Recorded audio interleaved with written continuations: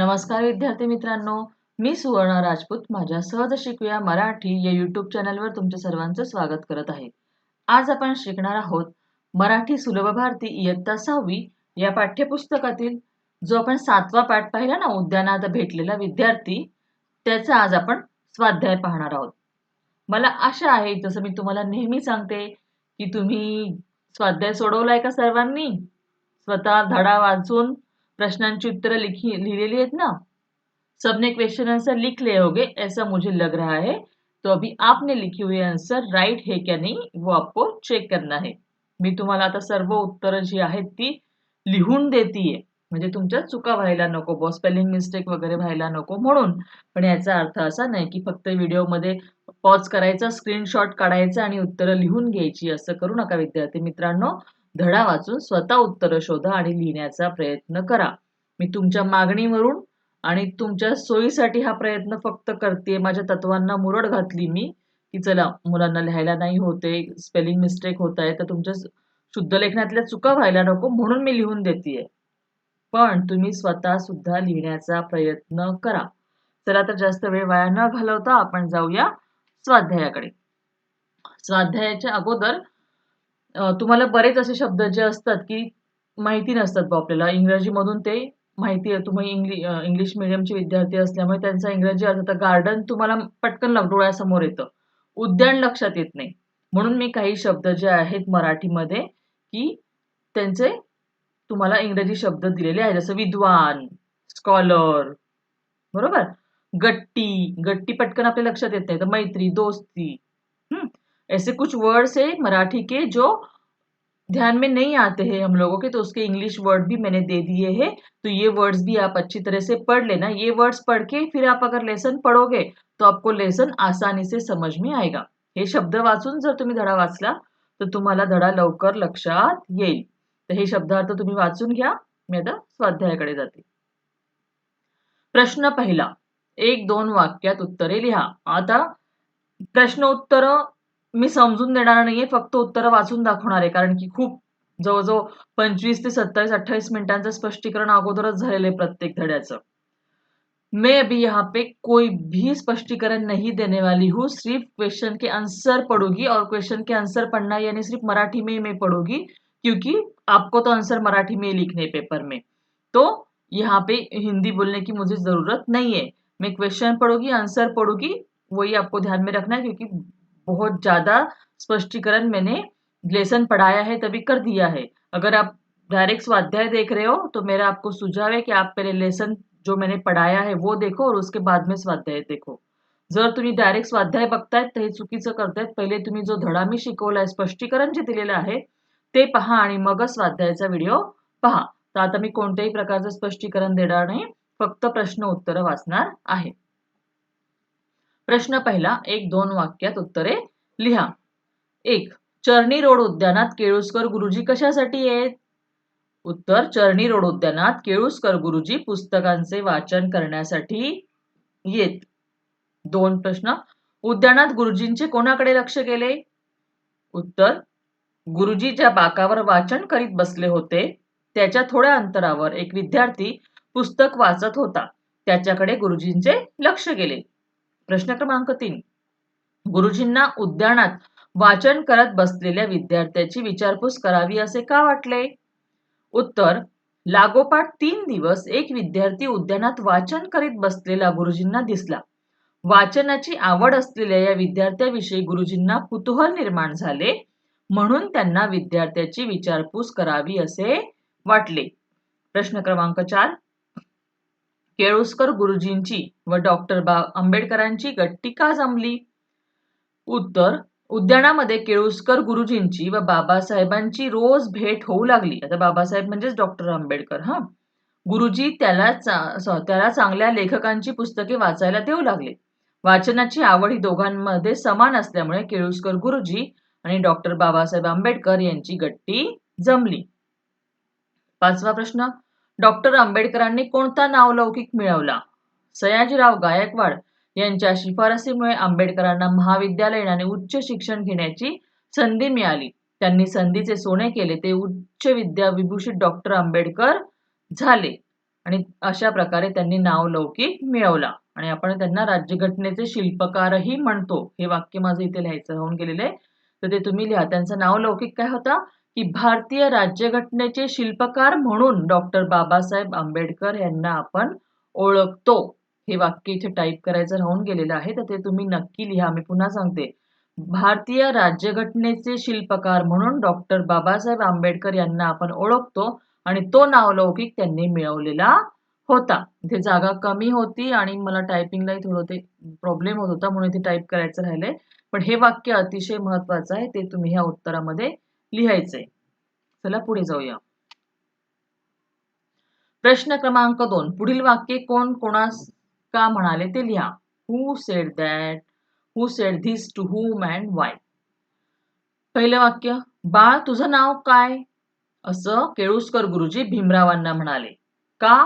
कारण वाचनाची आवड असलेल्या भीमरावाबद्दल गुरुजींना आपुलकी वाटली होती म्हणून त्यांनी विचारलं. 2.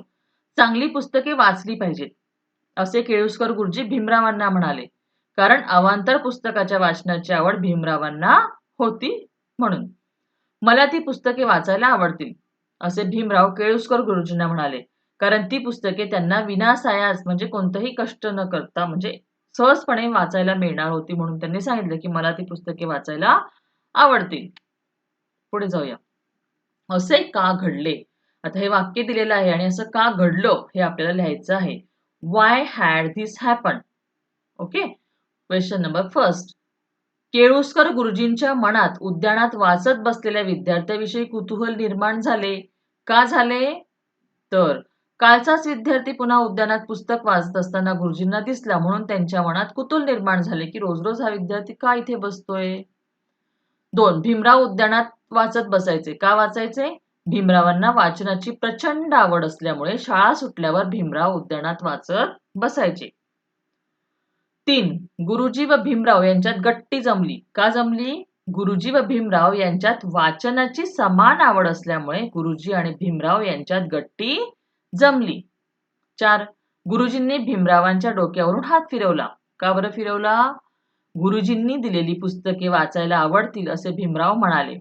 भीमरावांची वाचनाची तळमळ पाहिल्यामुळे गुरुजींनी मायेने भीमरावांच्या डोक्यावरून हात फिरवला. त्यांना असं खूप चांगलं वाटलं की किती छान मुलगा, याला वाचनाची इतकी आवड आहे म्हणून. 5. गुरुजींनी भीमरावांच्या उच्च शिक्षणासाठी शिफारस केली. केळुस्कर गुरुजींनी भीमरावांची तल्लख बुद्धिमत्ता लक्षात आली होती त्यांच्या, त्यामुळे त्यांनी भीमरावांच्या उच्च शिक्षणासाठी शिफारस केली. प्रश्न क्रमांक 4. आता पाठातील पुढील घटनाक्रम योग्य क्रमाने लिहा. Arrange in the sequence of happening. म्हणजे आता पाठामध्ये काय काय झालं, आता तुम्ही पाठ वाचलाय की नाही म्हणून मी तुम्हाला सांगते. पाठ तुम्ही नीट वाचला ना तर सगळ्या प्रश्नांची उत्तरं आपल्याला लिहिता येतात. पाठाच्या बाहेरचं परीक्षेमध्ये काहीच विचारत नाही, पण आपण हेच चूक करतो. पाठ वाचायचा विसरतो आणि सगळे स्वाध्यायातले प्रश्न उत्तरं वाचत सुटतो, म्हणून आपल्याला उत्तरं आठवत नाही. आता इथे दिलेलं आहे, तर ह्या घटना कोणत्या क्रमाने घडल्या त्या क्रमाने आपल्याला लिहायचं आहे. आता बघा, गुरुजी आणि भीमराव यांच्यात गट्टी जमली. गुरुजींनी विद्यार्थ्याकडे फारसे लक्ष दिले नाही. त्या विद्यार्थ्याने देखील गुरुजींकडे बघितले. डॉक्टर आंबेडकरांनी स्वतंत्र भारताची राज्यघटना लिहिली. गुरुजींनी भीमरावाला वाचन कसे करावे याविषयी माहिती दिली. गुरुजी मुलाजवळ आले. आता इथे पहिल्या दिवशी गुरुजींना एक विद्यार्थी दिसला होता की नाही पुस्तक वाचताना, तर गुरुजींनी त्याच्याकडे फारसं लक्ष दिलं नाही पहिल्या दिवशी. दुसऱ्या दिवशी त्यांची एकमेकांची नजरानजर झाली होती बघा. त्या विद्यार्थ्याने देखील गुरुजींकडे बघितलं होतं दुसऱ्या दिवशी. तिसऱ्या दिवशी गुरुजी मुलाजवळ आले. तिसऱ्या दिवशी काय होतं, गुरुजी मुलाजवळ आले. नंतर चौथं, गुरुजींनी भीमरावाला वाचन कसे करावे याविषयी माहिती दिली. मग गुरुजी आणि भीमराव यांच्यामध्ये गट्टी जमली आणि शेवटी डॉक्टर आंबेडकरांनी स्वतंत्र भारताची राज्यघटना लिहिली. हा आपण योग्य क्रम लावलेला आहे. चला पुढे. आता खालील शब्दात लपलेले शब्द शोधा आणि लिहा. आता वाचनात तसं वाचन, नास, नाला, लावा, चना. तुझ्या जवळ, तुझ्या जवळ, तुझं, तुळ, जव, वळ, असे खूप सारे शब्द तयार होतात. या शब्दात कोणते कोणते शब्द तयार होतात ते आपल्याला लिहायचे असतात. दिवसापासून दिवस, दिन, दिसू, वसा, वन, वसू, साव, सासू, सून, पान, सान. मार्गदर्शन, मार्ग, दर्शन, मान, दमा, नद. आलं. आवडतील, आवड, सॉरी, आव, आड, आवड, वड, लव. आले. हे आपण प्रत्येक ह्याच्यात सोडवतो ना. हे जो शब्द असतो त्या शब्दापासून वेगळे वेगळे शब्द आपण बनवायचे असतात. याच्या व्यतिरिक्त तुम्हाला आणखीन वेगळे सुद्धा सापडतील. तर त्याच्यामुळे आपण आपले डोकं चालवायचं आणि ते शोधायचे असतात. चला पुढे. खालील शब्दांचे वचन बदला. आता एक वचन अनेक वचन तुम्हाला येतं की नाही? लेखक, लेखक. एक असले तरी लेखकच म्हणतो, दोन असले तरी आपण त्यांना लेखकच म्हणतो. पुस्तक, पुस्तके. शाळा, शाळा. एकही शाळा असते, अनेकही शाळा असतात. शाळी किंवा शाळे असं काही म्हणत नाही आपण. भेट, भेटी. एका ठिकाणी भेट दिली तर भेट, अनेक ठिकाणी भेटी दिल्या तर जाऊन आलो तर भेटी देऊन आलो. शिफारस, शिफारसी. शब्द, शब्द. एकही शब्दच असतो आणि अनेक पण शब्दच असतात. आलं लक्षात? आता प्रश्न क्रमांक 7. आंतरजालावरून खालील मुद्द्यांच्या आधारे डॉक्टर आंबेडकर यांची माहिती मिळवा आणि लिहा. आंतरजाल म्हणजे काय लक्षात आलं? इंटरनेट. असे शब्द असतात. तुम्हाला इंटरनेट लवकर लक्षात येईल. अंतरजाल समझना नहीं. अंतरजाल का मतलब क्या होता है बच्चों? इंटरनेट. तो हमें यहाँ पे क्या कार्य दिया हुआ है? इंटरनेट के सहारे डॉक्टर बाबा साहेब आंबेडकर इनका जो जो इन्फॉर्मेशन दिया है, उनका पूर्ण नाव, त्यांचं जन्मस्थळ, जन्म दिनांक, आई वडिलांचे नाव, शिक्षण, त्यांनी लिहिलेली पुस्तके, त्यांचं कार्य, या सगळ्या गोष्टींवर तुम्हाला माहिती मिळवायची आहे. तुम्ही नुसतं इंटरनेटवरती डॉक्टर बाबासाहेब आंबेडकर हे टाईप केलं तर तुम्हाला ही सगळी माहिती मिळणार आहे. लक्षात येतंय का तुमच्या? कारण की हे सगळं सोपं आहे. आता तुम्हाला सगळं सोपं झालंय. आमच्या वेळेला तरी आम्हाला खूप पुस्तकं शोधावी लागायची माहिती शोधण्यासाठी. आता त्यांचं पूर्ण नाव तर आपल्याला माहिती आहे. आपल्या धड्यातच आलेलं आहे ना पूर्ण नाव. आलंय की नाही धड्यामध्ये? काही काही गोष्टी आपण वाचलेल्या असतात पण आपण काय करतो? विसरून जातो. आलंय की नाही आपल्याकडे नाव त्यांचं? इथे नाव सांगितलंय बघा, भीमराव रामजी आंबेडकर. दिसलं? भीमराव रामजी आंबेडकर हे त्यांनी नाव सांगितलं होतं. म्हणजे पूर्ण नाव तर सापडलं तुम्हाला. बाकीच्या गोष्टी तुम्हाला शोधायच्या आहे. त्यांची जन्मतारीख झाली. त्याच्यानंतर काय काय दिलेलं आहे आपल्याला ते सांगा बरं. गेलं आपलं पान.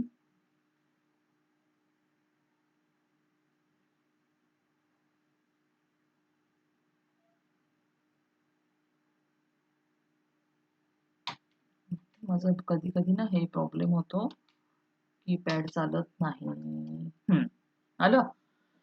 पूर्ण नाव, त्यांचं जन्मस्थळ कुठे आहे, जन्मदिनांक, आई वडिलांचे नाव, त्यांचं शिक्षण, ह्या सगळ्या गोष्टी आपल्याला लिहायच्या आहेत. आता मी तुम्हाला सांगू शकते, मला माहिती आहे हे सगळ्या गोष्टी, पण मी तुम्हाला सांगणार नाहीये. कळलं? हा, मी तुम्हाला त्यांचा जन्मदिनांक सांगू का? 14 एप्रिल. 14 एप्रिल हा बाबासाहेब आंबेडकरांचा जन्मदिनांक असतो. आता त्यांच्या आई वडिलांचं नाव, जन्मस्थळ काय आहे, त्यांचं शिक्षण तर खूपच आहे. त्यांनी लिहिलेली पुस्तकं पण भरपूर आहेत आणि त्यांनी केलेलं कार्य पण भरपूर आहे. तर हे सगळं तुम्ही शोधा.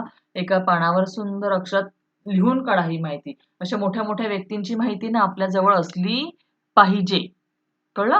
म्हणजे आपल्याला त्यांच्याकडनं प्रेरणा मिळते की ही लोक इतकं जर शिकू शकतात. आंबेडकरांच्या शिक्षण पदव्या त्यांच्याकडे खूप होत्या आणि त्यांनी एक हुशार विद्यार्थी होते. इतक्या अडचणीतून त्यांनी शिक्षण घेतलेलं आहे. तर आपल्याला अशा व्यक्तींकडनं प्रेरणा मिळते, मोठ्या मोठ्या व्यक्तींकडनं.